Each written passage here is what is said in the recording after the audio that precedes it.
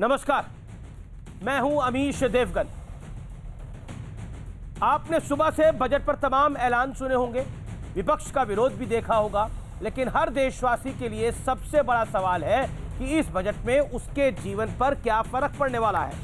इसलिए आज आर पार में हमने बजट का महामंच तैयार किया है, जिसमें मोदी सरकार के 3 दिग्गज मंत्री और एक पूर्व मंत्री शामिल होंगे।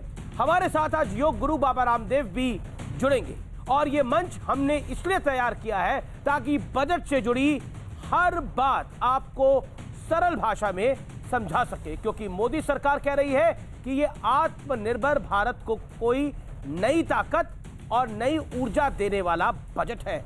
तो विपक्ष का कहना है कि मोदी सरकार ने किसानों और मजदूरों और आम आदमी को पूरी तरह से इग्नोर किया है और एक बार फिर ये सूट बूट और पूंजीपतियों वाला बजट है। तो आज बजट पर होगा सबसे बड़ा संवाद, क्या ये आत्मनिर्भर भारत वाला बजट है? आज मोदी सरकार के 3 दिग्गज मंत्री, एक पूर्व मंत्री कपिल सिब्बल और साथ ही साथ जाने माने योग गुरु बाबा रामदेव हमारे साथ जुड़ेंगे बजट को समझाने के लिए, बजट को समझने के लिए और जो आपके दिल में सवाल है उन्हें उठाने की। आइटम नंबर 1 श्रीमती निर्मला सीतारमण जी, आप बैठ जाए माननीय सदस्य, प्लीज माननीय सदस्य, प्लीज माननीय सदस्य, प्लीज। ऑनरेबल आपको बोलने का मौका दूंगा बजट के बाद। माननीय वित्त मंत्री जी। Honourable speaker, I present the budget for the year 2021-2022।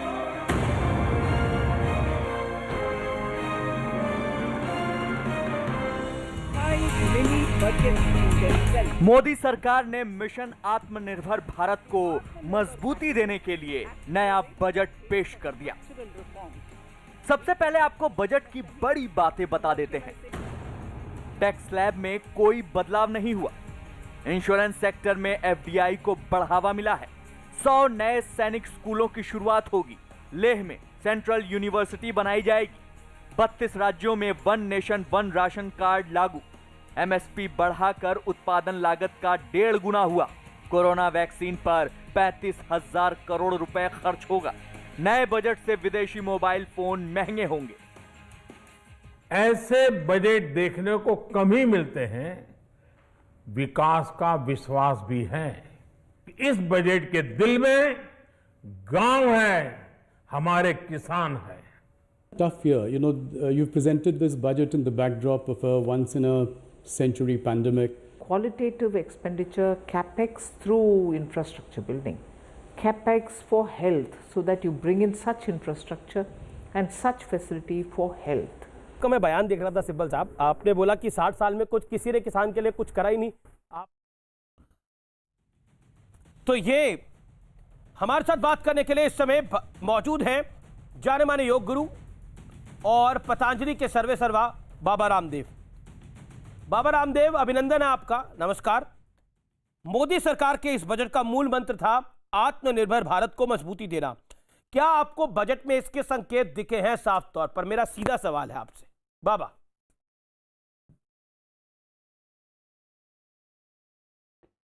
देखिए अमीश भाई, आत्मनिर्भर भारत के लिए जो ढांचागत मूल सुविधाएं चाहिए वो है इंफ्रास्ट्रक्चर।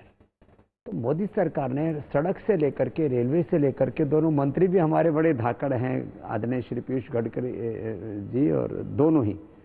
तो अब इधर एक तरफ इंफ्रास्ट्रक्चर, दूसरा गांव, गरीब मजदूर, किसान, खेत खलिहान के लिए उस मंडियों के आधुनिकीकरण की बात हो, एग्रीकल्चर बेस्ड इंफ्रास्ट्रक्चर को बिल्डअप करने की बात हो, किसानों को एमएसपी 1.5 गुना देने से लेकर के उनके डेयरी उद्योग और ऑर्गेनिक एग्रीकल्चर से लेकर के जो ट्रेडिशनल एग्रीकल्चर के साथ एक बायोडाइवर्सिटी, और अभी तेलों में एक देश को आत्मनिर्भर बनाने का जो कार्यक्रम चलेगा उसमें 2 लाख करोड़ रुपए और किसानों की जेब में जाएगा, जो आज इंडोनेशिया, मलेशिया जा रहा है। तो इंफ्रास्ट्रक्चर, एग्रीकल्चर और हेल्थ में 135% ग्रोथ के साथ, 137% ग्रोथ के साथ 2,32,000 करोड़ का बजट, माने एक तरफ देश के लोगों के विकास की जहां चिंता है, उनके स्वास्थ्य की भी चिंता रखते हुए मुझे लगता है एक बैलेंस और एक प्रोग्रेसिव बजट है। अब इसमें मिडिल क्लास के लिए भी मैं आश्वस्त हूँ, कुछ नया सरकार और अनाउंस करेगी और करना ही चाहिए। देखिए इतना जरूर है बाबा कि थोड़ा सा डीजल पेट्रोल के दाम बढ़ने सवाल से पूछते हैं कि थोड़ा मिडिल सा क्लास लोगों खाली के हाथ जेब है के ऊपर जोर पड़ेगा, जी। लेकिन देश के लोग इतने उदार हैं, वो इतना पैसा तो दे देंगे। लेकिन मिडिल क्लास को तो राहत यह है कि कोई नया टैक्स नहीं लगा दिया उनके ऊपर, और हालांकि पुराने टैक्स में कोई राहत भी नहीं दी। लेकिन एक बात बाबा रामदेव मैं आपसे जरूर पूछना चाहता हूं, ये बार बार सवाल खड़ा होता है, हालांकि पहले इस देश में इस तरह की बातें मुख्य विपक्षी दल तो नहीं करता था कि ये पूंजीपतियों का बजट है, इसमें सिर्फ अमीर अमीर हो रहा है, गरीब गरीब हो रहा है। क्या आपको लगता है कि जो राहुल गांधी का कहना है कि मोदी सरकार अपने पूंजीपति दोस्तों को देश की संपत्ति का हैंडओवर कर रही है, ये बार बार आरोप लगाया जाता है और आज भी ये कहा गया, क्या कहना चाहते हैं आप इस पे?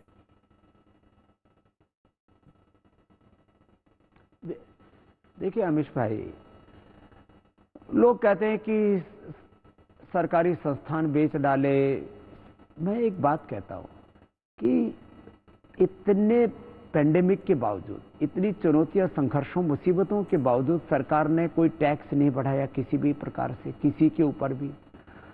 दूसरी बात जो है, देश को चलाने के लिए, अर्थव्यवस्था का चक्का घुमाने के लिए पैसा कहां से आएगा? तो यदि कुछ लिमिटेड, एक सीमित मात्रा में देश की कुछ कंपनियों को उनको प्राइवेटाइजेशन भी किया जाता है, तो देश के लोगों के पास में उनके शेयर हैं, उनको भी यदि फायदा हो रहा है, तो इसमें कौन सी दिक्कत वाली बात है? और जो ये कह रहे हैं कि भाई ये पूंजीपतियों के लिए बजट में कौन सा एक प्रावधान बता दीजिए किसी पूंजीपति के लिए किया गया हो, ये तो कहा जा रहा है बाबा, एक तरह से खिसियाई बिल्ली खंबा नोचे वाली बात है जी। और इससे बेहतर कोई जी अमीश भाई, मैं कह रहा हूं बाबा, इसमें तो कोई बताने की जरूरत नहीं है, बजट आया नहीं और 15 सेकंड में घोषणा हो गई, ये पूंजीपतियों का बजट है।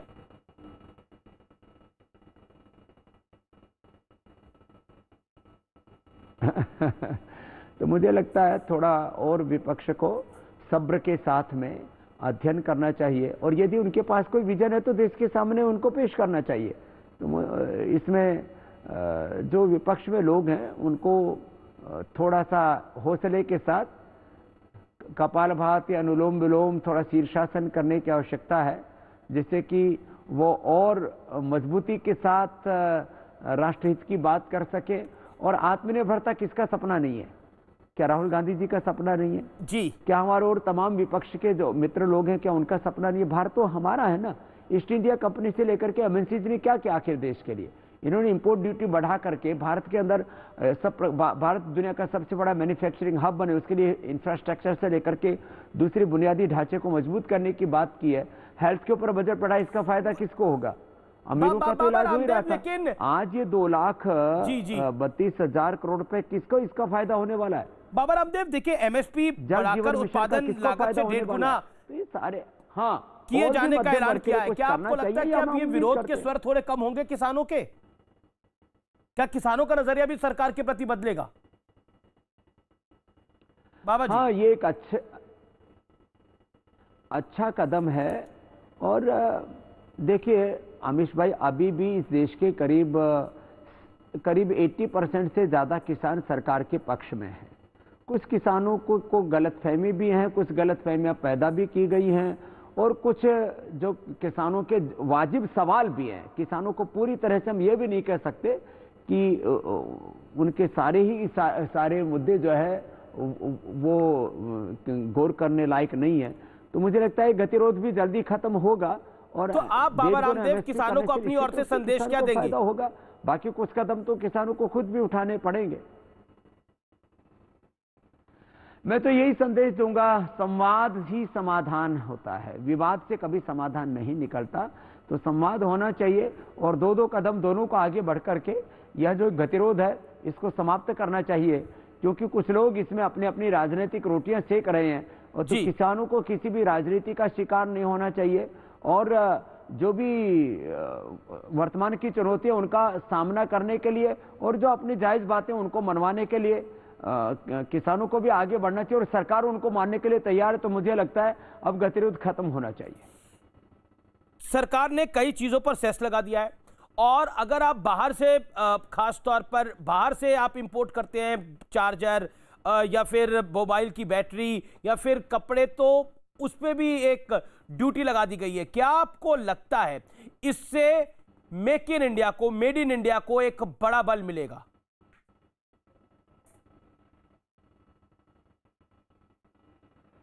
देखिए, नीतिगत ये बहुत बड़ा फैसला है कि जो भी देश में खाद्य तेलों से लेकर के और बाकी जितनी भी इलेक्ट्रॉनिक्स से लेकर के और तमाम मशीनरी, मुझे तो लगता है जो भी हम बाहर से मंगा रहे हैं उनके ऊपर टैक्स बढ़ा करके सरकार ने एक Bharat make in India, made in India, made by Indians, ये जो एक बड़ी मुहिम है आत्मनिर्भर भारत की, स्वदेशी से एक स्वावलंबी गौरवपूर्ण राष्ट्र बनाने की, उसके लिए सरकार ने बड़ा कदम उठाया। इसकी प्रशंसा होनी चाहिए।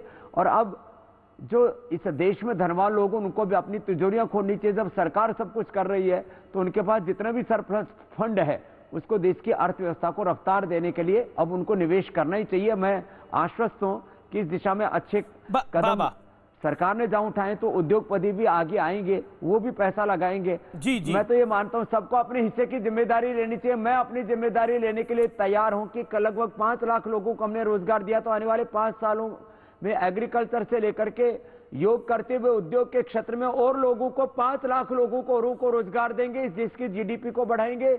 इस भारत को विश्व की सबसे बड़ी इकोनॉमिक पावर बनाने के लिए अपने हिस्से की जिम्मेदारी लेने के लिए मैं प्रतिबद्ध हूं। तो सब लोग अपने हिस्से की जिम्मेदारी लेंगे तभी तो देश बनेगा। अमिश भाई जी, मेरे साथ अनुराग ठाकुर भी जुड़े हुए हैं जो कि केंद्रीय वित्त राज्य मंत्री हैं। बाबा रामदेव भी मेरे साथ हैं। अनुराग जी, आपका भी अभिनंदन है।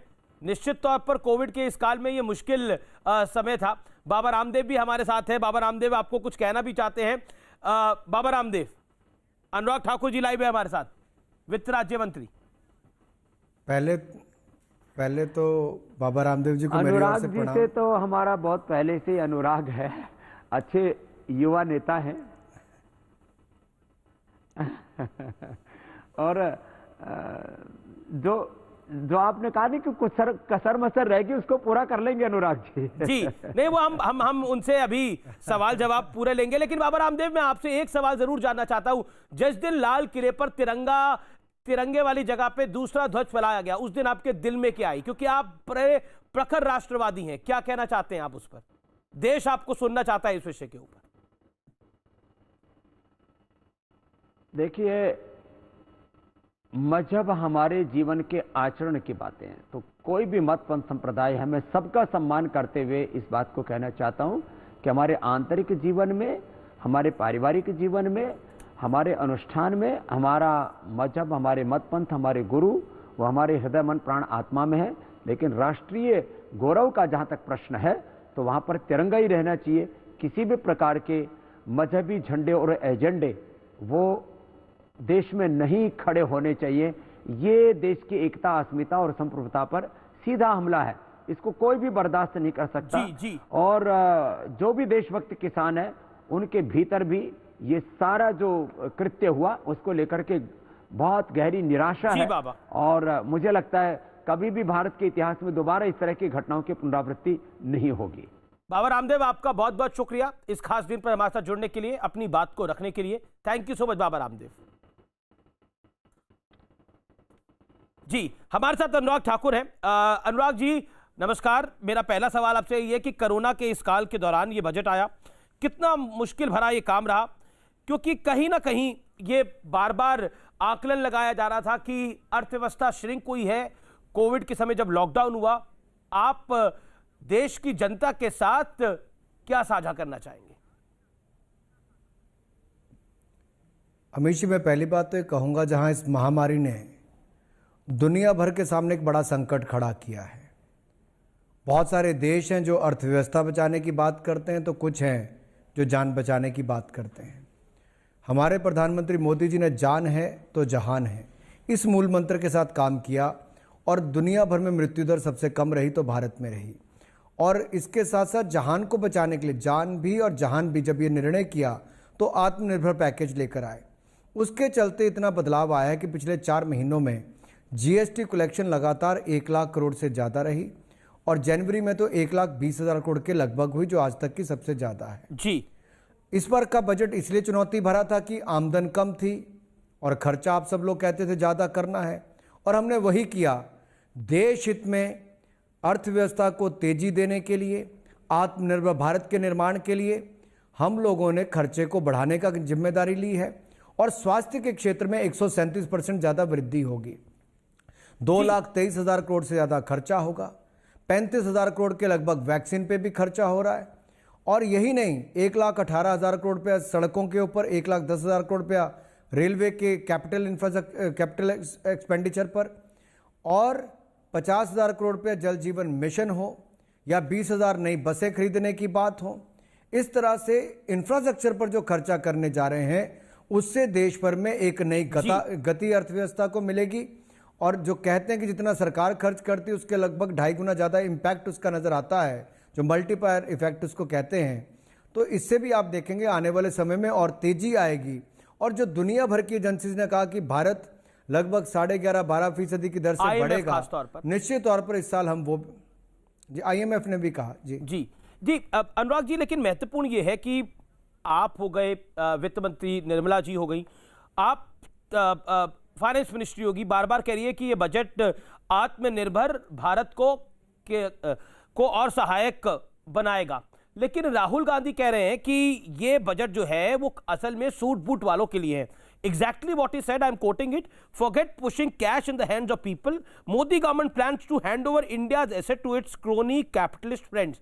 क्या आपको लगता है कि बजट के कुछ ही मिनटों बाद इस तरह की प्रतिक्रियाएं आने लग गई थी, खासतौर पे कांग्रेस पार्टी की ओर से?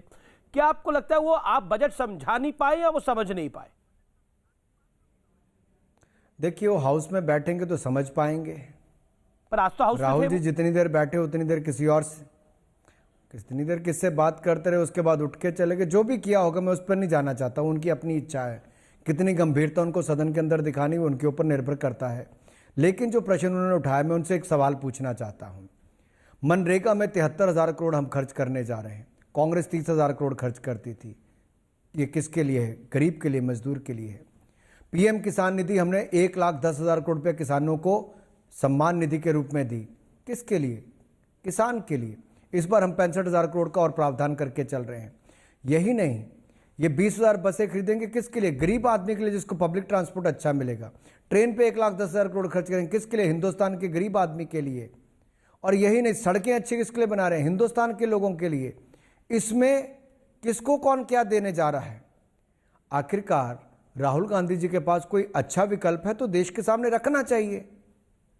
केवल रोना रोने से क्या होगा? राहुल गांधी जी की सरकार के समय फ्रेजाइल 5 इकोनॉमीज में भारत आता था, यानी कि दुनिया भर की जो 5 सबसे खराब अर्थव्यवस्थाएं जो कभी भी मर सकती थी, गिर सकती थी, उनमें से एक भारत का नाम था। और उन अर्थव्यवस्थाओं में उसी अर्थव्यवस्था भारत को जब मोदी जी ने आकर संभाला तो दुनिया के 11वें नंबर से लेकर 6वें नंबर की अर्थव्यवस्था बनाकर खड़ा कर दिया। और हम अगले 4-5 वर्षों में भारत को $5 ट्रिलियन इकोनॉमी बनाने जा रहे हैं। देश के किसानों की आय को दुगना 2 साल में करने जा रहे हैं। देश के किसानों को लागत प्लस 50% मूल्य हमारी सरकार ने दिया है। देश में ग्रामीण स्तर पर गरीबों के लिए आयुष्मान भारत योजना हम लेकर आए। अब उसमें प्रधानमंत्री आत्मनिर्भर स्वस्थ भारत योजना हम लेकर आ रहे हैं। 64,180 करोड़ रुपया खर्च करने जा रहे हैं Amit ji.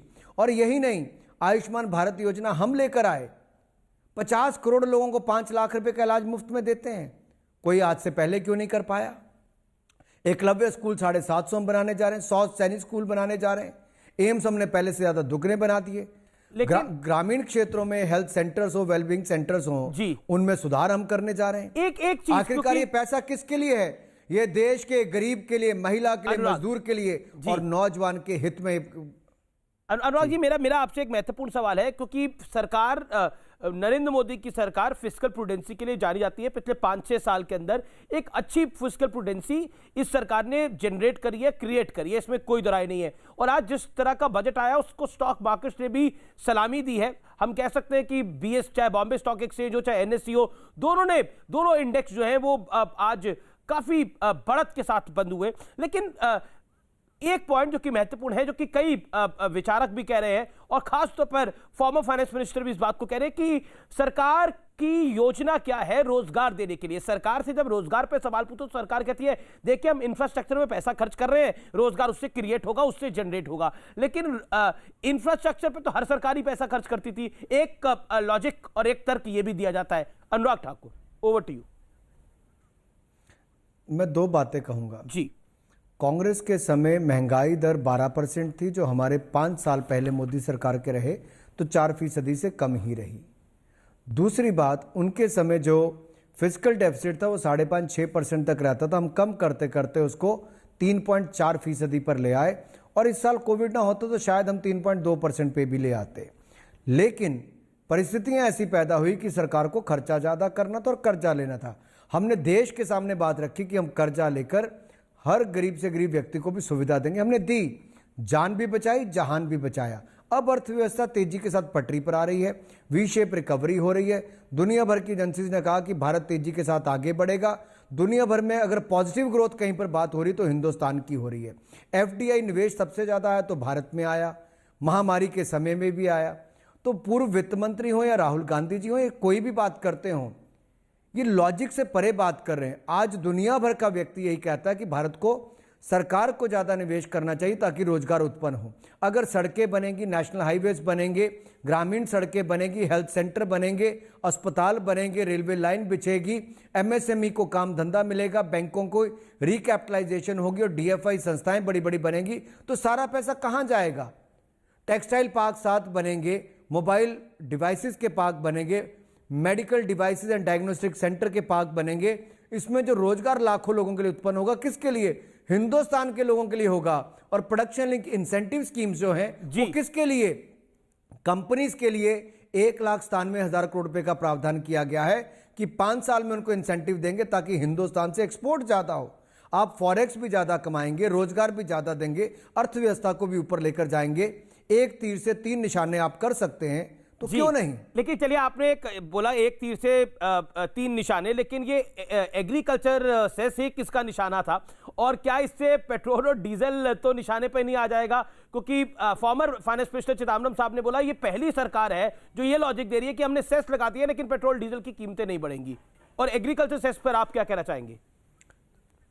What is this all about? क्योंकि शायद चिदम्बरम जी ने ये नहीं देखा कि हमारी सरकार इतनी पारदर्शी तरीके से काम करती है जी, कि जो उनके समय में बजट बनते थे, एक्सटर्नल बोरिंग की बात उस पर पूरी आती नहीं थी, पूरी जानकारियां दी नहीं जाती थी। हमारी सरकार ने एक्सटर्नल बोरिंग की भी पूरी जानकारी दी, यहाँ तक कि जो नेशनल स्मॉल सेविंग फंड में से पैसा इकट्ठा होता था उसको एफसीआई को दिया जाता था कर्जे के रूप में खरीद करने के लिए, और आगे जो पीडीएस सिस्टम चलता था। हमने वो नहीं किया, हमने अपने बजट पर लिया है, पारदर्शी तरीके से अपने बजट को पेश किया है। हम कुछ छिपाते ही नहीं हैं। और जो जहां तक पेट्रोल और डीजल के सेस की बात है, मैं यही कहूंगा, इससे 1 रुपए का भी दाम नहीं बढ़ेगा। इससे किसी बड़ी बात बोल रहे हैं आप, पर कोई प्रेशर नहीं आएगा जी। मैं आपके चैनल पर ठोक बजा के कह रहा हूं, पूरे मन के साथ कह रहा हूं, पूरी स्पष्टता के साथ कह रहा हूं, पेट्रोल डीजल के दाम केंद्र सरकार की इस नीति के कारण नहीं बढ़ सकते। ये इंपॉर्टेंट बात है। वित्त राज्य मंत्री का स्पष्ट रूप से कहना है कि पेट्रोल डीजल के दाम नहीं बढ़ने वाले हैं। जो सेस है वो टैक्स मैनेजमेंट है, लेकिन उसका कोई लेना देना नहीं है कीमतों के साथ। कीमतें नहीं बढ़ने वाली है, यानी आम जनता की जेब से कुछ नहीं निकलेगा। लेकिन जिस एग्रीकल्चर सेस की मैं बात कर रहा हूं, जो कृषि सेस की मैं बात कर रहा हूं, उसमें ममता बनर्जी दीदी, जिससे आजकल बीजेपी का प्रेम बहुत बढ़ गया है, यानी बार बार हर विषय पर लड़ाई होती है, वो कह रही है कि जजिया वसूल कर रहे हैं ये सरकार।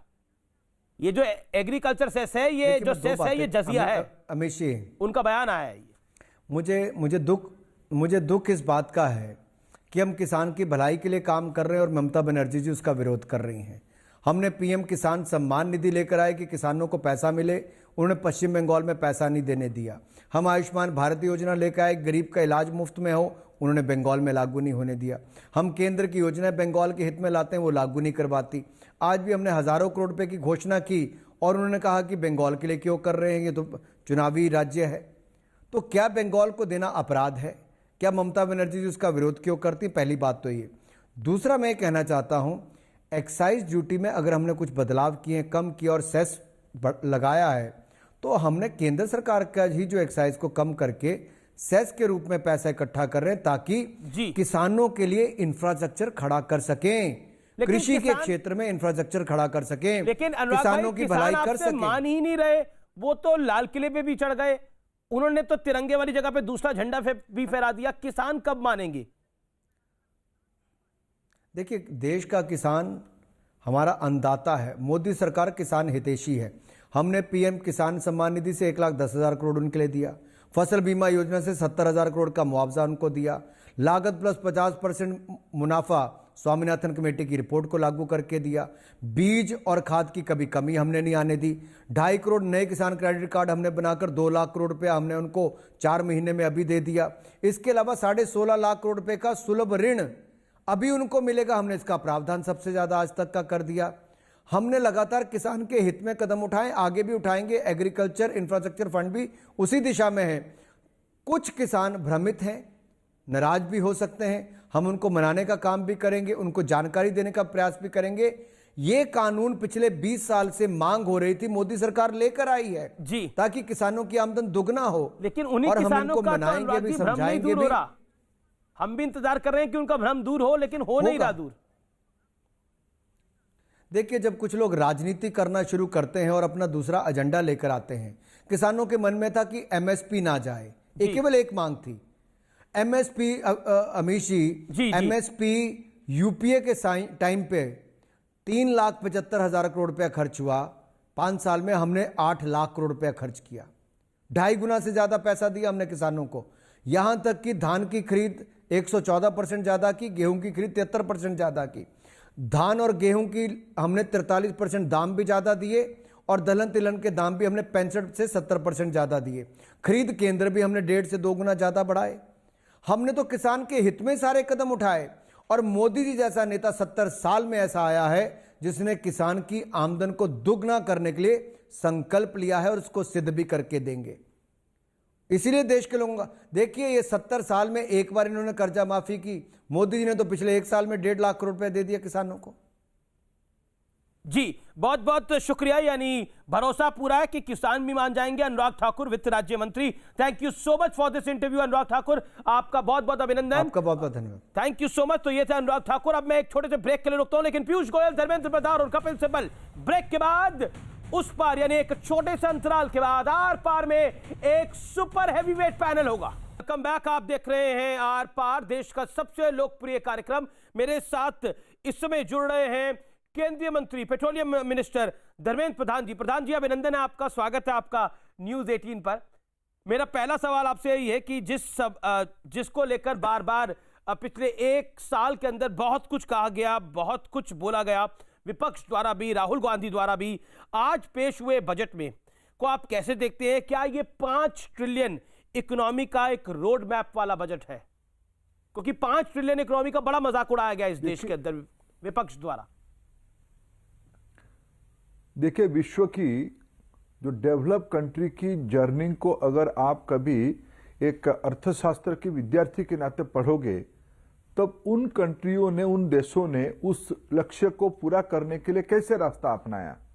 जब मौलिक व्यवस्था को सबके लिए किया, सबके लिए घर, सबके लिए स्वच्छ पीने की पानी, सबके लिए हेल्थ केयर सिस्टम, सबके लिए अफोर्डेबल एनर्जी, सबके लिए टॉयलेट, सबके लिए क्लीन कुकिंग फ्यूल, ये जब सबके लिए होता है तब इकोनॉमी बड़ा होता है। आज हम ऐसे क्षण में, समय के ऐसे एक मुहूर्त में पहुंचे हैं जब हमारी देश की बजट ऐसे यूनिवर्सल वेलफेयर प्रोग्राम, उसके लिए इस प्रकार की इंफ्रास्ट्रक्चर टेक्नोलॉजी से जुड़े हुए और आने वाले 50 साल की ध्यान में रखते हुए अभी इंटरनेट भारत के हर एक गांव तक पहुंचेगी। इस सारे को अगर हम इसको एक कंपाइल करते हैं, इस बजट में ऐसे सारे विषयों की, ये तो पहली बार मोदी जी की बजट नहीं आ रही है, ये 6 साल 7 साल की बजट है। इस बजट पिछले दिनों की जो जर्नी रही है उसकी कंटिन्यूटी में है और 21वीं सदी भारत को एक आर्थिक महाशक्ति बनाने के लिए इस बजट एक बड़े कदम है। जी, निश्चित तौर पर बजट एक रोड मैप होता है और इंफ्रास्ट्रक्चर में स्पेंडिंग बढ़ाने की कोशिश करी है सरकार ने, जिससे अर्थव्यवस्था को गति मिलती है। लेकिन विपक्ष का आरोप है और आपकी पुरानी सहयोगी शिवसेना का भी आरोप है कि बजट से वो निराश है और खोखले वादे हैं, आम लोगों के हाथ में झुंझुना है और कुछ नहीं है। देखिए अमीश जी, जी। अगर 35,000 करोड़ रुपया खर्चा करके हम वैक्सीन के लिए सरकार चिंता करती है, ये जिम्मेवारी है। उनको ये वादा लग सकता है, उनके उसमें खोखलापन दिख सकता है। 8-9 महीना पहले भारत में एक पीस की पीपी किट नहीं बनती थी। वैक्सीन की कल्पना तो छोड़ दीजिए, आज भारत दूसरे नंबर की पीपी एक्सपोर्टर बन चुका है। विश्व की 100 देश, भारत इतने बड़ा देश, हम सारे लोगों की कोरोना वैक्सीनेशन की जिम्मेवारी लिए हैं। हेल्थ वर्कर को, कोरोना वॉरियर को पहले फेज में वैक्सीन लग चुकी है, चंद दिनों में खत्म भी हो जाएगा। और आने वाले दिनों में न केवल देश के अंदर, विश्व की 100 से ज्यादा देश भारत की ओर देख रहे हैं। क्या यह सिर्फ खोखले वादे के कारण हुआ है? यह ठोस नीति और कार्यक्रम के कारण हुआ है। देश की जीएसटी कलेक्शन बढ़ी है, देश में ग्रामीण इलाका में स्पेंडिंग बढ़ी है, और इस बजट तो और एक कदम आगे गया। यूनिवर्सल हेल्थ सिस्टम खड़ा करने के लिए शायद अब तक का सबसे बड़ा हेल्थ सेक्टर स्पेंडिंग अभी होगा। इंफ्रास्ट्रक्चर के लिए 5.5 लाख करोड़ रुपया पिछले बजट से 34% ज्यादा, ये इस बजट की उपलब्धि है। इसलिए किसको, प्रजातंत्र में किसी को चर्चा और आलोचना करने में कोई आपत्ति नहीं है, वो उनकी काम है। लेकिन हम तथ्य के ऊपर तर्क देते हैं, उससे कोई सहमत असहमत उनकी विवेक के ऊपर है। जी, लेकिन पेट्रोल डीजल पर जो सेस लगा है उसको लेकर बड़ा भ्रम फैल गया है। हालांकि सरकार कह रही है, कुछ देर पहले अनुराग ठाकुर भी मेरे साथ थे, वो कह रहे थे कि किसी कीमत पे पेट्रोल डीजल की कीमतें नहीं बढ़ने जा रही हैं सेस की वजह से। आप पेट्रोलियम मंत्री भी हैं, क्या कहना चाहते हैं इस विषय के ऊपर, क्योंकि एक भ्रम फैलाया जा रहा है और लगातार कई नेता भी इस तरह की बात कर रहे हैं। व्हाट यू हैव टू से मिस्टर प्रधान? देखिए अमित जी, अभी की जो सरकार ने पेट्रोल के ऊपर 2.5 रुपया और डीजल के ऊपर 4 रुपया एग्रीकल्चर इंफ्रास्ट्रक्चर सेस लगाए हैं। अभी सरकार जो excise duty, additional special excise duty, ये जो 2 कलेक्शन कर रहे थे, सरकार की जो आमदनी था उसी को रिस्ट्रक्चर करके उन्होंने एग्रीकल्चरल सेस बनाया, एग्रीकल्चर इंफ्रास्ट्रक्चर सेस बनाया। पहली बार मैं तो धन्यवाद दूंगा माननीय प्रधानमंत्री जी को और देश की वित्त मंत्री को और अनुराग ठाकुर जी को। उन्होंने सोचा देश की जो आमदनी हो रहा है ये सीधा सीधा किसानों की विकास में जाए, किसानों को ज्यादा ऋण मिले। 15 लाख करोड़ रुपया हम प्राइमरी सेक्टर में लेंडिंग की इस बार कमिटमेंट कर रहे हैं। इसके लिए तो रिसोर्स लगेगी, सिंचाई के बारे में, वेयरहाउस बनाने के लिए, कोल्ड चेन बनाने के लिए और एग्री मार्केट खड़ा करने के लिए जो रिसोर्स लगेगा, 1 लाख करोड़ रुपया की एग्री इंफ्रास्ट्रक्चर की बजट प्लान किया गया है। ये सारा पैसा के लिए हमको अन्य सोर्स चाहिए, उसी में से हम कंज्यूमर के ऊपर बिना कोई एडिशनल बोझ देते हुए ये सेस हमने खड़ा किया है। ये सरकार की प्रूडेंट गवर्नेंस की एक अच्छा मिसाल है। लेकिन एक आरोप जो इस बजट को लेकर लग रहा है, क्योंकि आप कैबिनेट मंत्री भी हैं और बीजेपी के वरिष्ठ नेताओं में से भी एक है, विपक्षी दलों का आरोप है कि बजट को चुनावों में ध्यान में रखा गया है। बंगाल कप पे बहुत फोकस रहा है, तमिलनाडु पे बहुत फोकस रहा है, केरल पे बहुत फोकस रहा है और असम पे बहुत फोकस रहा है। इस पर आप क्या कहना चाहते हैं कि आपने प्रोपेगेंडा बड़ा बना दिया है लेकिन उतना बड़ा कुछ है नहीं, लेकिन चुनावों के मद्देनजर आपने इन स्टेट्स को ज्यादा तरजीह दी है? हमें जी उसकी मैं 2 भाग में उत्तर दूंगा। जिसको जंडिस हुआ है उनको सबको पीला पीला ही दिखेगा, उनको मैं कुछ उत्तर नहीं दे सकता हूं। क्या डेमोक्रेसी में चुनाव नहीं होनी चाहिए क्या? हम तो हर एक साल में भारत में चुनाव होते हैं। क्या जिस राज्य में चुनाव होगा उस राज्य को कल्याणकारी कामों से बाहर कर दें, ये उनकी तर्क होती है क्या?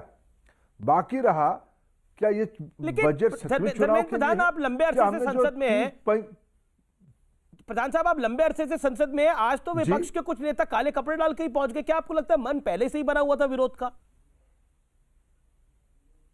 देखिए कुछ लोग एक नकारात्मक सोच की ओर बढ़ रहे। बार बार प्रजातंत्र में लोगों के द्वारा जो रिजेक्ट होते हैं उनके अंदर एक नेगेटिविटी डेवलप हो जाती है।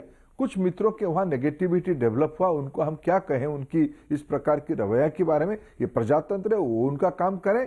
लेकिन हमारी बजट में जो योजनाएं बनी है ये सारे देश के लिए बनी है। वैक्सीन सारे देश के लिए है, पोषण की अभियान मिशन पोषण सारे देश के लिए है। इसलिए ये कोई राज्य आधारित नहीं है कुछ राज्यों में चुनाव हो रहा है, निश्चित रूप में उन राज्यों की कार्यक्रम उसके वो लोग जोड़ के देखेंगे, उसमें हमें कोई आपत्ति नहीं है। क्या असम की टी गार्डन वर्कर के लिए, बंगाल की टी गार्डन वर्कर के लिए वो विरोध करते हैं? उस योजना को करने के लिए 1000 करोड़ रुपया के खर्चे को विरोध करते हैं। वो उस ढंग से अगर उनके पास नैतिकता है, वो आसाम में जाके बोले, कोलकाता जाके बोले, दार्जिलिंग जाके बोले कि हमको ये योजना पे विश्वास नहीं है, ये गलत योजना है, बताए जाके वहां दार्जिलिंग में जाके, सिलीगुड़ी में जाके। देखिए धर्मेंद्र भाई, जो महत्वपूर्ण बात है वो ये है कि आप क्योंकि अभी बंगाल गए थे और अब बंगाल गए तो वहां के तमाम मंत्रियों के आप टारगेट में भी आ गए, टीएमसी के सांसदों के भी आप टारगेट में आ गए।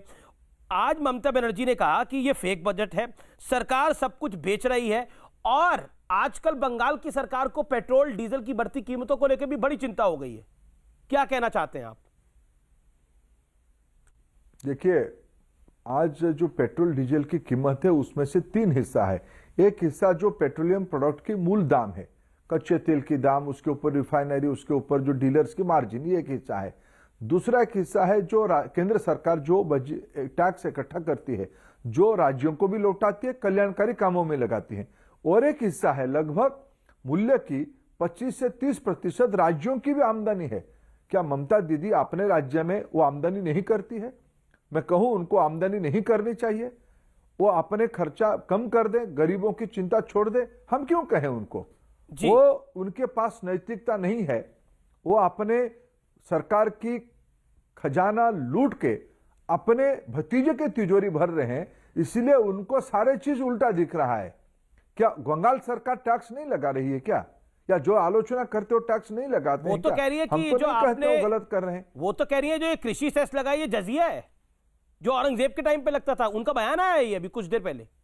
स्वाभाविक उनको लगेगा, जब प्रधानमंत्री ने प्रधानमंत्री किसान सम्मान निधि करके 6-6 हजार रुपया सालाना किसानों को दिया। उन्होंने अब तक बंगाल की लगभग 40-45 किसान परिवारों की सूची नहीं दिया है।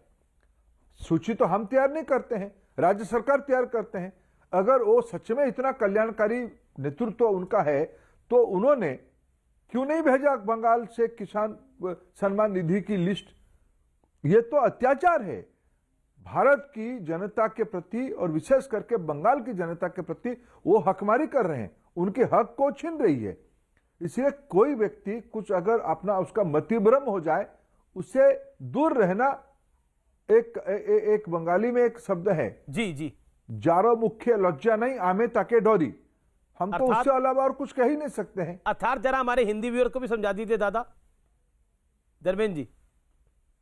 चलो, कुछ लोग जो उतावले रहते हैं, जिनके पास कोई नैतिकता नहीं रहता है, जिनके पास कुतर्क ही रहता है, जो तथ्य के आधार पर नहीं बात करते, उनसे सज्जनों ने कहा डर के रहना चाहिए, दूर रहना चाहिए। जी, एक बड़ी महत्वपूर्ण बात है।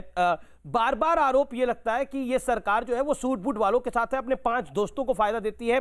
आज भी राहुल गांधी ने इसी तरह की स्टेटमेंट दी है। क्या कहना चाहते हैं आप उसको? बार बार पिछले 6 साल से इस सरकार पे एक ही आरोप है, ये सूट बूट वाली सरकार है, और आज भी यही है। क्या आपको लगता है कट कॉपी पेस्ट? देखो, मेरे को लगता नहीं कि राहुल गांधी जी जो बयान देते हैं कोई सोच समझ के बयान देते हैं, या कोई उसमें से वो कोई चिंता करते हैं। उनकी कोई सहयोगी कुछ उनके नाम पे छपा देता है, वो उसको आगे बोल देते हैं। अभी मैंने आज शाम को कोई कार्यक्रम पे वित्त मंत्री जी इसी प्रश्न का उत्तर दे रहे थे, मेरे को बड़ा अच्छा लगा। जब गौतम अदानी को उमन चांडी साहब की सरकार केरल ले जाए, क्या गौतम अदानी जी धोती पहन के गए थे क्या? या सिर्फ मैंने एक छोटा सा कुर्ता पहन के गए थे, या चादर ओढ़ के गए थे? तब भी वो सूट बूट में होंगे, उद्योगपति हैं। आप ले जाओ, आप बैंकों को दिवालिया कर दिए, आप बैंकों को अपने चिट्ठे पे, कांग्रेस पार्टी की चिट्ठे पे कोयला खदान बांट दिया, बैंकों की लोन करवा दिया, भारत की संसाधनों को पूंजीपतियों के हाथ में पहुंचा दिया, जिसके ऊपर सुप्रीम कोर्ट की टिप्पणी आई, जिसके ऊपर आपको 14 में आपको जनता ने परास्त किया, 19 में परास्त किया। आपकी हताशा भाव ये सब कह रहा है। अगर मोदी जी की सरकार सूट बूट की सरकार होती तो आज मैं धन्यवाद दूंगा प्रधानमंत्री जी को। 8 करोड़ प्रधानमंत्री उज्ज्वला योजना में गरीब माताओं के घर में चूल्हा पहुंचाने के लिए जिम्मेवारी हमें दिया गया था। हमने सफलता के साथ उसको पूरा किया। इस बजट में और 1 करोड़ गरीबों के घर में प्रधानमंत्री उज्ज्वला योजना सरकार के खर्चे से पहुंचाने के लिए व्यवस्था किया गया है। क्या ये सूट बूट वालों के लिए? क्या बात करते हैं? इसलिए आपकी की हुई कामों को आपको ही दिखता है। आप पूंजीपतियों की और सामंतवादियों की प्रतिनिधि है। मुझे लगता है कि पिछले कुछ समय में मैंने भी कई मंत्रियों से सूट बूट के ऊपर सवाल पूछा, लेकिन जितनी स्पष्टता से आपने धर्मेंद्र प्रधान आज जवाब दिया है शायद ही किसी ने दिया हो। बहुत बहुत शुक्रिया आपका हमारे साथ आज जुड़ने के लिए, सीधे सवालों के जवाब देने के लिए। हर सवाल जो, लेकिन एक व्यूअर सवाल पूछ रहा है और मुझे आपसे पूछना पड़ेगा क्योंकि उसने कई बार इस सवाल को ट्वीट कर दिया है। मैं पूछ ही रहता हूं आपसे। वो कह रहा है मैं आपका वोटर हूं, कोई सीनियर सिटीजन है। वो कह रहा है कि मेरा डीए और IDA for central government and public sector आपने रोक क्यों दिया है, हमारा फॉल्ट क्या है, और हम तो पेंशनर्स हैं, ये उनका सवाल है। वो कह रहा है धर्मेंद्र जी मैं आपका वोटर हूं और आगे रहूंगा, ताउम्र रहूंगा, लेकिन हमारे साथ ऐसा क्यों किया आप लोगों ने, ये वो सवाल पूछ रहा है। उसको जवाब क्या है? नहीं, सरकार ने अस्थायी रूप में डीए को स्थगित रखा है। कोरोना की महामारी की चपेट में जब देश की अर्थनीति पहुंचा तब कुछ जरूरी कदम उठाने पड़े, शायद अस्थायी है। बहुत बहुत शुक्रिया Dharmendra Pradhan, pleasure having you sir, thank you so much आपका हमारे साथ जुड़ने के लिए आज के इस खास दिन पर, बजट के दिन पर। Thank you so much. तो पेट्रोलियम मंत्री धर्मेंद्र प्रधान ने स्पष्टता से हर सवाल के जवाब दिए, जो सोशल मीडिया पे भी सवाल पूछे गए उनके भी जवाब दिए। अब मेरे साथ पूर्व केंद्रीय मंत्री कपिल सिब्बल और कांग्रेस के दिग्गज नेता इस समय लाइव और एक्सक्लूसिव हैं। आइए सीधा उनका रुख करते हैं। मेरे साथ पूर्व केंद्रीय मंत्री, कांग्रेस पार्टी के वरिष्ठ नेता, सांसद कपिल सिब्बल जुड़ रहे हैं। सिब्बल साहब अभिनंदन है आपका, कैसे हैं आप? बहुत बढ़िया सिब्बल साहब, जैसे इकोनॉमी है वैसे मैं हूं जी। चलिए, मतलब आप कह रहे हैं कि आपके हाल भी तंदुरुस्त हैं और नरेंद्र मोदी सरकार में इकोनॉमी के हाल भी तंदुरुस्त है, ये ऐसा समझूं मैं आपके जवाब को? ये तो मुझे नहीं मालूम, ये तो मालूम नहीं मुझे। ये तो अगले साल बताएंगे कितने तंदुरुस्त हैं। लेकिन जो किसान का हाल है वो हमारा भी है, जो आम आदमी का हाल है वो हमारा भी है। हाँ, उद्योगपति कुछ अलग हैं, वो तो उनकी बात और है। लेकिन अभी आपका मैं बयान देख रहा था सिब्बल साहब, आपने बोला कि 60 साल में कुछ किसी ने किसान के लिए कुछ करा ही नहीं। आपने तो अपनी सरकारों को भी लपेट दिया। बिल्कुल बिल्कुल, मैं तो कहता हूं कि जो हर सरकार ने जो किसान को ध्यान देना चाहिए था नहीं दिया, और इस सरकार ने तो बिल्कुल ही नहीं दिया। अब आपके सामने एक इतना संगठन खड़ा हुआ है, एक लगभग आंदोलन खड़ा हुआ है। किसान कहता है कि पिछले 60 साल में हमें कुछ नहीं मिला। किसान की जो आमदनी है सालाना 80-85% किसानों की 20,000 रुपया सालाना है, 1,800 रुपया महीना। तो आप बताइए पिछले 2014 से लेकर 2021 तक इस सरकार ने किसानों के लिए क्या किया? ये तो आम आदमी की बात हो गई ना। आप सेंसस की बात छोड़िए, हम आम आदमी से पूछिए इस बजट में आम आदमी के लिए क्या है। अगर देखे जाए तो कोरोना काल में उम्मीद लगाई जा रही थी, जो स्थिति आज इकोनॉमी की है। एक मिनट, मेरी बात जी बोलिए, कंप्लीट करिए अपनी बात। जी हाँ जी, मेरा सवाल ये था सिब्बल साहब कि कोरोना काल में उम्मीद लगाई जा रही थी कि ये जो बजट है इसमें टैक्स का लोड बढ़ेगा आम जनता पर टैक्स का भार बढ़ेगा। क्या आपको लगता नहीं है सरकार ने टैक्स का भार नहीं बढ़ाया तो राहत है पब्लिक पर? हाँ, इनको तो राहत देनी चाहिए थी। अरे भैया, बढ़ाने के सिवाय इनको राहत देनी चाहिए थी, क्योंकि पिछले मतलब के 2 सालों से 2016 के बाद जिस तरह से हमारी जो आर्थिक स्थिति है वो गिरती जा रही है, आज के दिन कोरोना के बाद तो इनको राहत देनी चाहिए थी। मेरा तो दोषी तो ये है कि इन्होंने राहत नहीं दी और साथ में डीजल पे सेस लगा दिया। डीजल कौन इस्तेमाल करता है? किसान। पर आम जनता पर डीजल और पेट्रोल के दाम नहीं बढ़ने जा रहे। वित्त मंत्री ने क्लैरिफाई भी कर दिया उसको, पेट्रोल और डीजल के दाम नहीं बढ़ने जा रहे। ये मुगालवा है कि सेस बढ़ने से दाम बढ़ जाएंगे, बट वहां तो सेस लगा दिया करी है सरकार ने अपने तरीके से। नहीं, तो सेस बढ़ने से दाम नहीं बढ़ेंगे। ये सरकार स्पष्ट रूप से कह रही है। क्या हो, हर चीज मैनेजमेंट करते हैं सरकार वो तो सरकार कह रही है कि हम एक्साइज ड्यूटी घटाएंगे, की भी मैनेजमेंट हमने करते हैं, कृषि सेस लगाया है लेकिन एक्साइज ड्यूटी हम घटाएंगे, सरकार ये कह रही है। हाँ, जब घटाएंगे तब देखेंगे। फिलहाल तो सेस लगाया है ना। मैं तो सवाल पूछ रहा हूं, आपको तो राहत देनी चाहिए थी लोगों को, मिडिल क्लास को, मिडिल इनकम ग्रुप को, एमएसएमई सेक्टर को, सबको राहत देनी चाहिए थी टैक्स की। आपने नहीं दी। आपने आम आदमी के लिए क्या किया? आपने हमारे बच्चों के भविष्य के लिए क्या किया? बताइए। कोरोना वैक्सीन के लिए 35,000 करोड़ एक्सपेंडिचर हमारा, ये कोरोना वैक्सीन के लिए जो 35,000 करोड़ दिए गए हैं, ये किसके लिए? बहुत अच्छी बात है।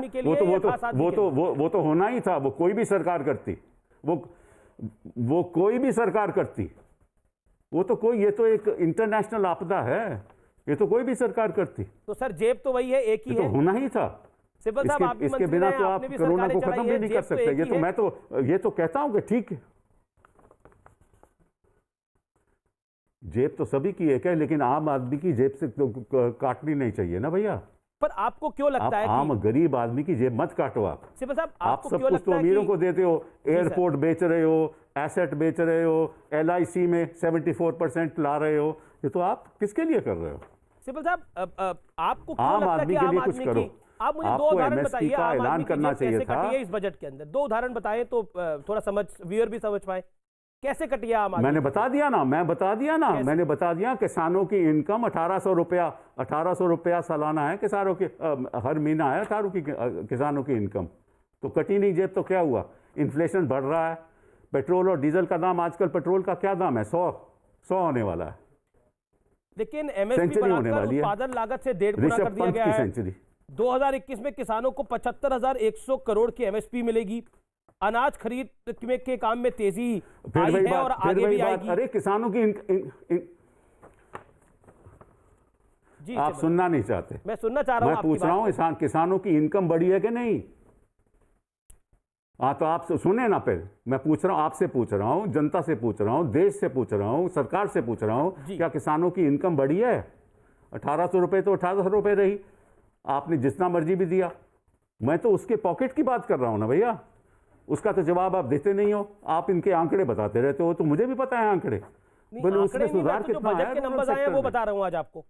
ये सवाल उठता है ना बच्चों के। तो मैं भी तो कह रहा हूं ना, बजट के नंबर से आमदनी तो नहीं बढ़ी।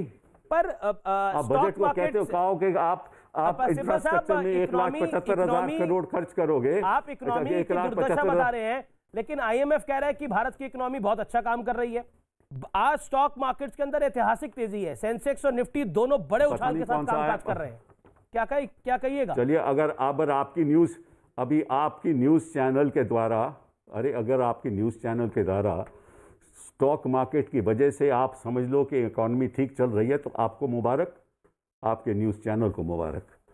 क्योंकि मुझे लगता है कि आप लोग फिर, स्टॉक मार्केट की इकोनॉमी एक अलग इकोनॉमी होती है, जो आम आदमी है उसकी अलग स्थिति होती है। स्टॉक मार्केट से उसको कोई लेना देना नहीं है। उसके तो रोज की आमदनी की बात है, अगले दिन वो कैसे जिएगा। उसमें सुधार आया है, बच्चों के भविष्य में एक सुधार आया है। वहाँ एजुकेशन सेक्टर में बढ़ोतरी हुई है, डिफेंस सेक्टर में बढ़ोतरी हुई है। सिब्बल साहब, जब डिफेंस सेक्टर में तो कम पैसे हैं। जी सिब्बल साहब, जब इंफ्रास्ट्रक्चर में स्पेंडिंग बढ़ेगी, क्योंकि सरकार ने इंफ्रास्ट्रक्चर में एक बड़ी स्पेंडिंग डाली है, क्या आपको लगता है बढ़ेगी ना भैया? बढ़ेगा? बढ़ेगी, कब बढ़ेगी, कैसे बढ़ेगी? अरे भैया, कब बढ़ेगी, कैसे बढ़ेगी? तो प्लान ही होगा, घोषणा ही होगी, इम्प्लीमेंटेशन कब होगी? बजट, मतलब आप कह रहे हैं कि बजट ठीक है, इम्प्लीमेंटेशन में दिक्कत है। फिर वही बात, घोषणा से तो ना, मैं कुछ नहीं कह रहा। मैं तो केवल आपको बता रहा हूं कि आप मुझे बताइए उपलब्धि पिछले, आप आत्मनिर्भर भारत की बात करते हैं, तो आप बताइए आत्मनिर्भर भारत ने पिछले 4 साल में क्या किया, कितना आत्मनिर्भर हुआ, ये तो बताइए ना पहले। आप अगर कहो कि 5 साल में हम 50,000 करोड़ खर्च करेंगे, 1,75,000 करोड़ करेंगे, आपके पास पैसा कितना है? आपका रेवेन्यू लॉस तो ऑलरेडी है 2% ऑफ GDP। आपके पास पैसा ही नहीं है, पैसा कहां से लाओगे? आपको आत्मनिर्भर भारत पे शक है? सिब्बल साहब, आपको आत्मनिर्भर भारत पर शक क्यों है? नहीं, मुझे आप पे शक है, मुझे आपके शक है। आत्मनिर्भर भारत पे शक नहीं है। फिर भारत आत्मनिर्भर है, इसमें कोई शक नहीं है। आम आदमी आत्मनिर्भर है, बट सरकार कुछ नहीं कर रही उस आत्मनिर्भर आदमी के प्रति। ये मेरी आलोचना है। बहुत बहुत शुक्रिया आपका कपिल सिब्बल हमारे साथ जुड़ने के लिए। लेकिन पीयूष गोयल हमारे साथ होंगे एक 50 सेकंड के ब्रेक के बाद। पीयूष गोयल केंद्रीय मंत्री हमारे साथ होंगे बजट पर सीधे सवालों के जवाब देने के लिए। आप देखते रहिए आर पार का ये जोरदार एडिशन। छोटा सा ब्रेक।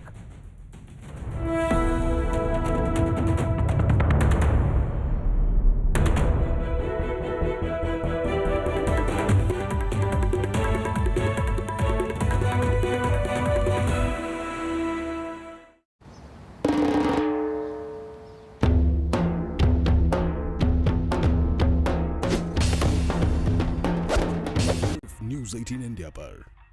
न्यूज 18 इंडिया आपका पसंदीदा नेशनल न्यूज चैनल। देखिए डीडी फ्री डिश पर बिग मैजिक और 9XM चैनल के बीच हर ताजा खबर के लिए देखते रहिए न्यूज 18 इंडिया। आपके मुद्दे रिटर्न दीजिए, इंटरव्यू दीजिए, फिर हाई कोर्ट में लड़िए, फिर सुप्रीम कोर्ट में लड़िए। आपके सवाल, विकास का विकास किसने किया? आपके जवाब। अगर उसका मर्डर हुआ है तो सीबीआई जांच बिल्कुल होनी चाहिए।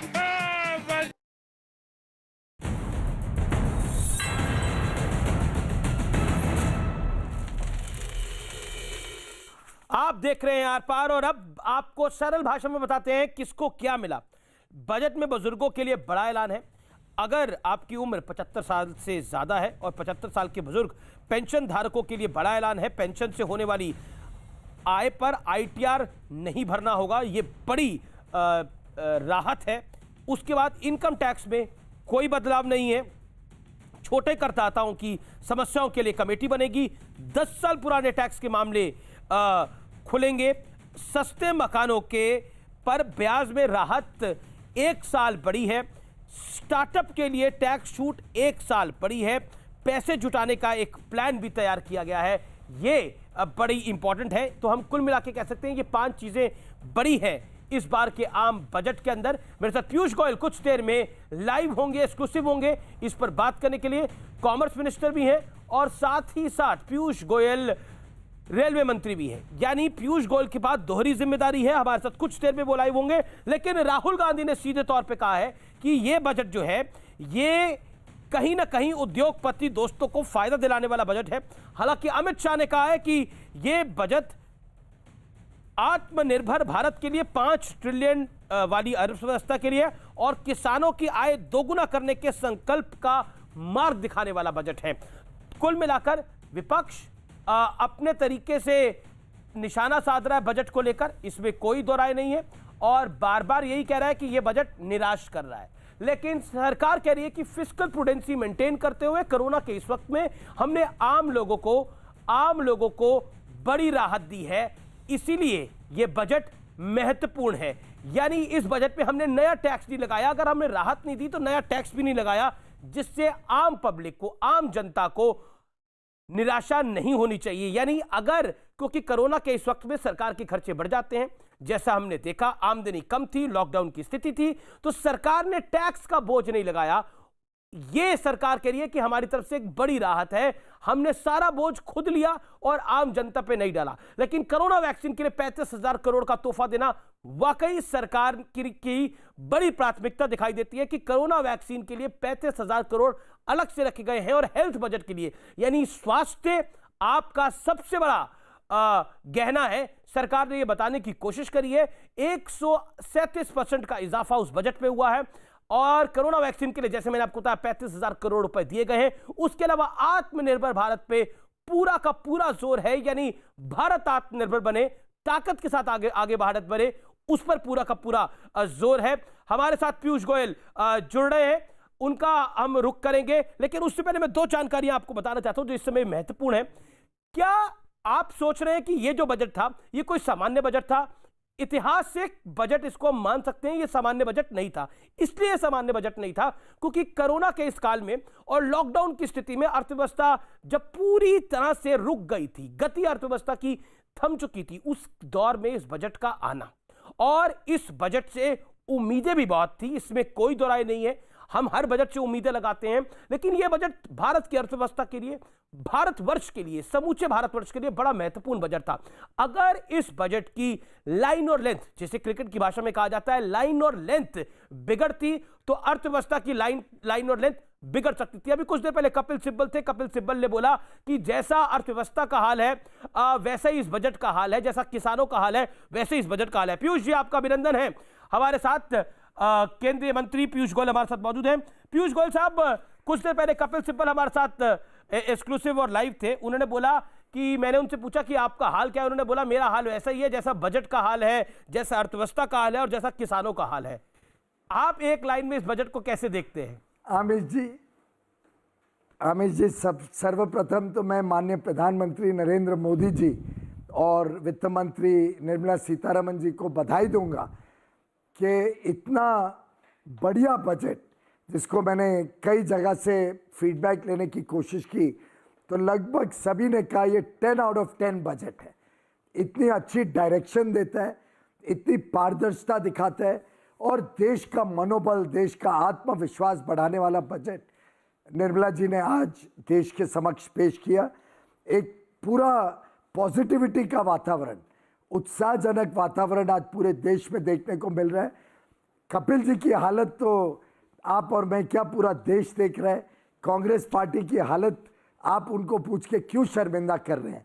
उनकी हालत जो है, उन्होंने वो 23 मेंबर्स ने अपने पत्र लिख के ही अपनी हालत पार्टी की और अपने स्वयं की बता दी थी। तो स्वाभाविक रूप से आज वो बड़े लाचार महसूस कर रहे होंगे कि हर ओपिनियन पोल बता रहे हैं कि प्रधानमंत्री नरेंद्र मोदी इस देश के सबसे लोकप्रिय, सबसे विश्वास प्राप्त करने वाले नेता हैं। पूरा देश समझ रहा है कि कोविड महामारी से लड़ने में प्रधानमंत्री मोदी जी ने जो नेतृत्व दिखाया, जो दूरदर्शिता दिखाई, उसका पूरा विश्व आज सराहना कर रहा है और पूरे देश का आज मनोबल बहुत ही मजबूत है कि देश आगे बढ़ने से कोई रोक नहीं सकता। ये बजट और इसके पहले जो अलग अलग किश्तों में 5 बार मिनी बजट्स पेश किए गए, ये 6 के 6 अंक मिला के एक होम रन करते हैं, एक सिक्सर के रूप में क्रिकेट की भाषा में इस देश ने देखे। पूरा देश उत्साहित है और देश आगे तेजी से दौड़ने के लिए तैयार हो गया है। देखिए, एक सवाल, मिडिल क्लास को उम्मीद थी कि इस बार उनको कोई राहत मिलेगी, लेकिन सरकार का कहना है कि कोरोना के इस वक्त में, जब लॉकडाउन की स्थिति थी, कोई टैक्स ना लगना भी बड़ी राहत है। आप इसके बारे में क्या कहते हैं? देखिए, प्रधानमंत्री जी ने, निर्मला जी ने एक भी कोई बोझ जनता के ऊपर इस बजट में नहीं डाला। ये बहुत बड़ी बात है। आज के दिन कोरोना महामारी से निकलते हुए देश की अर्थव्यवस्था को भी पटड़ी पे लाना है, अर्थव्यवस्था को पंख देने हैं, व्यवस्थाओं को सुधार करना है, चाहे वो स्वास्थ्य की व्यवस्था हो, चाहे वो शिक्षा की व्यवस्था हो, आधारभूत सुविधाओं को बढ़ाना है जिससे और लोगों को काम के अवसर मिले, अर्थव्यवस्था में और तेजी आए, उपभोक्ताओं के हाथ में पैसा आए। तो अलग अलग क्षेत्रों में, चाहे वो रेलवे हो, रोड्स हो, बिजली का क्षेत्र हो, पानी का क्षेत्र हो, हर क्षेत्र में, स्वास्थ्य की सुविधाओं का क्षेत्र हो, इतनी बड़ी छलांग जो इस बजट के माध्यम से प्रधानमंत्री जी ने रखी है, निर्मला जी ने रखी है, मैं समझता हूँ देश को तेज गति से आगे बढ़ाने में उसका बड़ा योगदान रहेगा। इसमें हम सब मध्यम वर्गीय लोग भी अपनी आहुति दें अपने टैक्स के माध्यम से।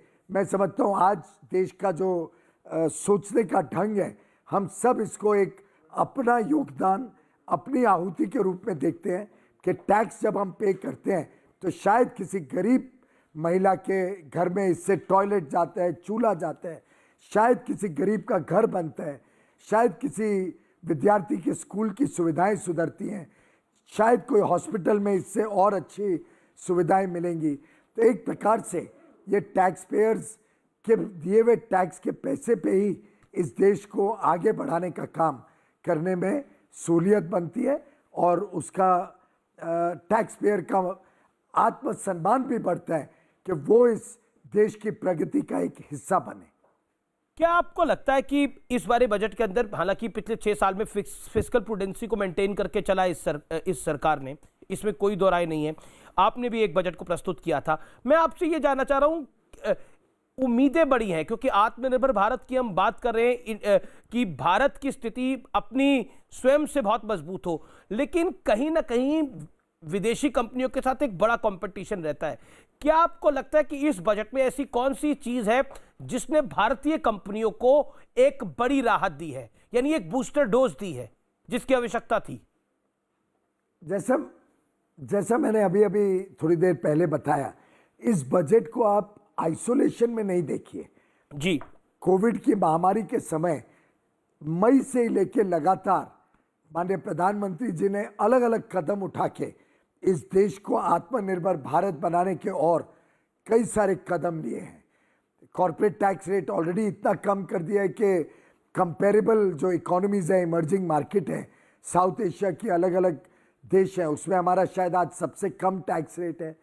साथ ही साथ आत्मनिर्भर भारत के तहत भारत के उद्योग जगत को और बल देने के लिए लगभग 2 लाख करोड़ रुपए के प्रोडक्शन लिंक्ड इंसेंटिव स्कीम्स की घोषणा करी गई है, जिसको ऑपरेशनलाइज किया जा रहा है।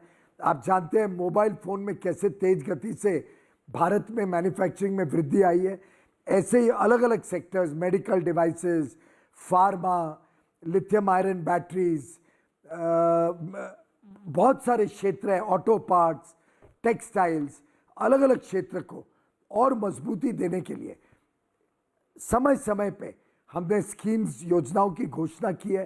तो आप जब पूरे परिप्रेक्ष्य में देखें तो ये 6 के 6 जो बजट्स, मिनी बजट्स आए हैं और आज का जो एक फाइनल जिसको कहते हैं ग्रैंड फाइनाले आया, इन सबको देखते हुए आज भारत का आत्मविश्वास भी बढ़ा है और मेरा पूरा विश्वास है कि इससे बड़े रूप में भारत में उत्पादन बढ़ेगा, उत्पादन के स्रोत बढ़ेंगे, निवेश आएगा और इस निवेश के कारण भारत में काम करने के अवसर हमारे युवा युवतियों को बड़े रूप में मिलेंगे। एक आरोप कांग्रेस का है कि ये जुमलेबाजी वाला बजट है। शिवसेना भी कह रही है कि इससे निराशाजनक बजट कभी पेश नहीं हुआ।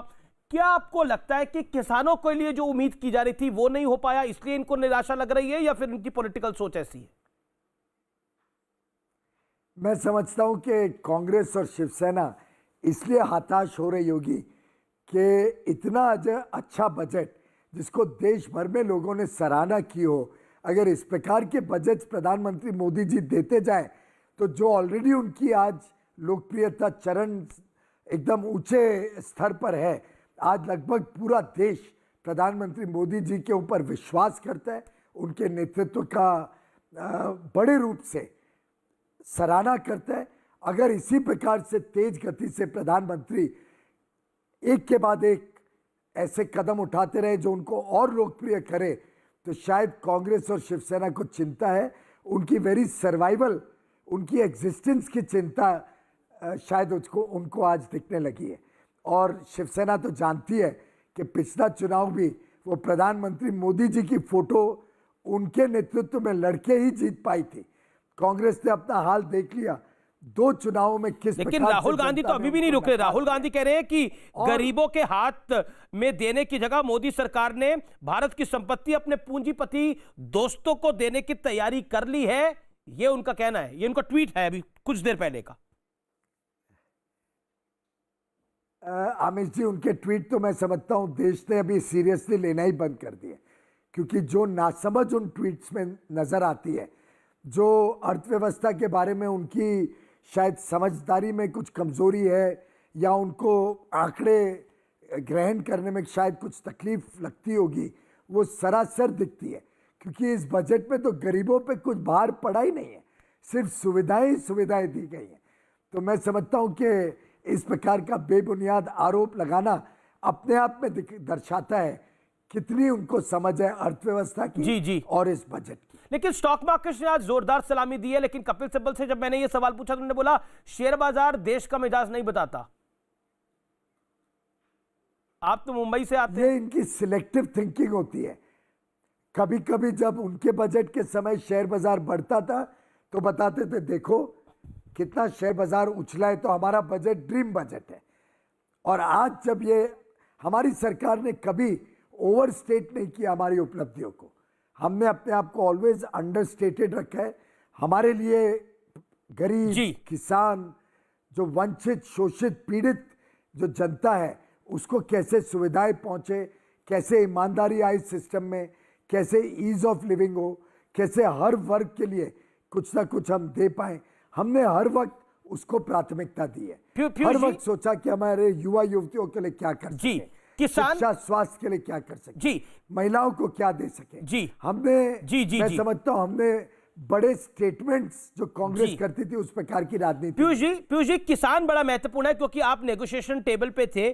क्या आपको लगता है किसानों, प्रधानमंत्री ने भी मन की बात में बोला कि हम एक कॉल अवे हैं, क्या आपको लगता है एक कॉल दूर है? क्या आपको लगता है कि किसान आंदोलन अब, क्योंकि जो 26 जनवरी को तांडव हमने देखा इस पूरे दिल्ली के अंदर, क्या लगता है उसके बाद किसान आंदोलन अपनी उस दिशा पे है जिस पे वो शुरू हुआ था, या आपको लगता है कि सरकार अब बात करेगी? क्योंकि राकेश टिकैत भी बार बार ये कह रहे हैं कि सरकार से मैं बात कर लूंगा तो मैं, हो सकता है स्थिति कुछ हो जाए काबू। क्या कहना चाहते हैं आप? देखिए, प्रधानमंत्री नरेंद्र मोदी जी हर वक्त किसानों के लिए संवेदनशील रहे हैं। उनकी मंशा है कि किसानों का आय बढ़े, उनकी मंशा है कि किसानों के बच्चों को किसानी में रुचि बढ़े, उनकी मंशा है कि किसानी क्षेत्र में कैसे वृद्धि हो, कैसे उनका जीवन स्तर सुधरे, और लगातार उन्होंने किसानों के लिए और किसानों के भविष्य को सुधारने के लिए कई सारे कदम पर ये जो उठाए। किसानों आखिर का आंदोलन है, प्रधानमंत्री किसान इसका योजना सॉल्यूशन क्या है पीयूष जी? एक साथ इतनी बड़ी सुविधा इस देश में किसानों को आज के पहले कभी नहीं दी गई है। जहां तक आंदोलन की बात है, दुर्भाग्य से कुछ भ्रम फैलाए गए, कुछ लोगों को, किसानों को गलत फहमियों में डाला गया कि आपकी जमीन चली जाएगी या एमएसपी व्यवस्था नहीं रहेगी, जबकि सच्चाई ये है, और हमने बार बार दोहराया है, कि इन कानूनों में कोई कमी नहीं है। ये सभी कानून किसानों को और एक पर्याय देते हैं, पुरानी सभी चीज़ों को बरकरार रखते हुए एमएसपी की जो खरीद है वो पहले की तरह निरंतर चालू रहेगी। और आज तो आंकड़े देश के समक्ष रखे हैं, पर रास्ता क्या पीयूष जी? कार्यकाल में आप और जो नरेंद्र सिंह एमएसपी तोमर रहते परचेज है हैं, वो डबल हुई है। अब रास्ता एक क्या है? मिनट अपनी बात जी, पूरी जी, कर लूं जी, अमित जी। जी, जी। हमने एमएसपी को बरकरार रखा, पुरानी सब सुविधाओं को बरकरार रखा, किसानों को एक और पर्याय दिया जिससे अगर वो चाहे स्वेच्छा से, कोई उनको जबरदस्ती नहीं कर सकता है, वो ये पर्याय भी इस्तेमाल कर सकते हैं। ये पूरी चीज उनकी स्वेच्छा से है, कोई जबरान नहीं है। उनकी जमीन पे कोई आंच नहीं आ सकती। कानून स्पष्ट है कि किसी हालत में किसान की जमीन नहीं जा सकती। कोई इस देश में ऐसा कानून नहीं है जो किसान की जमीन को छू भी सकता है। मैं समझता हूं ये भ्रम दूर हो जाएंगे। आज एफसीआई को जो बड़े रूप में कब जो तक आपको पैसा इस लगता है, बजट में दिया है, आपको लगता है वो कब भी तक जनता नतीजा और निकलेगा? इस किसान डेडलॉक देखेगी। का नतीजा कब तक निकलेगा? हमने एक बहुत अच्छा प्रस्ताव किसानों के समक्ष रखा है। मैं चाहूंगा कि किसान उस प्रस्ताव पे विचार करें। किसान उस प्रस्ताव में अगर कर ही नहीं रहे अब। उनको और सुझाव देने हैं वो लेके हमसे बातचीत करें।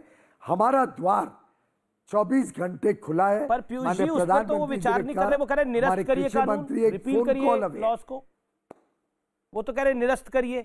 देखिए, अगर कानून में कोई त्रुटि होती, कोई कमियां होती, तो ये सरकार इतनी संवेदना रखती है जी कि हम खुले दिल से हर चीज के बारे में चर्चा करने के लिए तैयार हैं।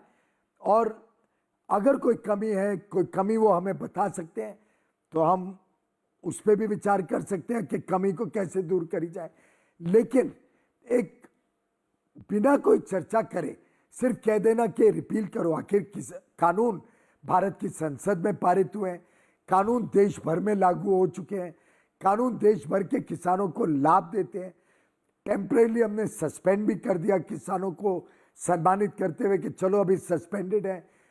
सुप्रीम कोर्ट ने सस्पेंड किया, हमने उसको और बढ़ा के कहा कि हम 1.5 वर्ष तक के लिए सस्पेंड करने के लिए तैयार हैं। और चलिए बातचीत से आप बताइए तो सही, आपको क्या डर है, आपको कहाँ चिंता है, क्या गलत किया? पर अगर कोई गलती नहीं की है तो क्यों पूरे देश के किसानों को इसके लाभ से वंचित रखना चाहिए? बहुत बहुत शुक्रिया पीयूष गोयल हमारे साथ जुड़ने के लिए, हर सवाल का जवाब देने के लिए। Thank you so much, pleasure having you Piyush Goyal, वाणिज्य मंत्री, रेलवे मंत्री। आपका बहुत बहुत शुक्रिया हमारे साथ जुड़ने के लिए न्यूज़ 18 पर। तो फिलहाल इस खास पेशकश में इतना ही। आप देखते रहिए न्यूज़ 18। नमस्कार।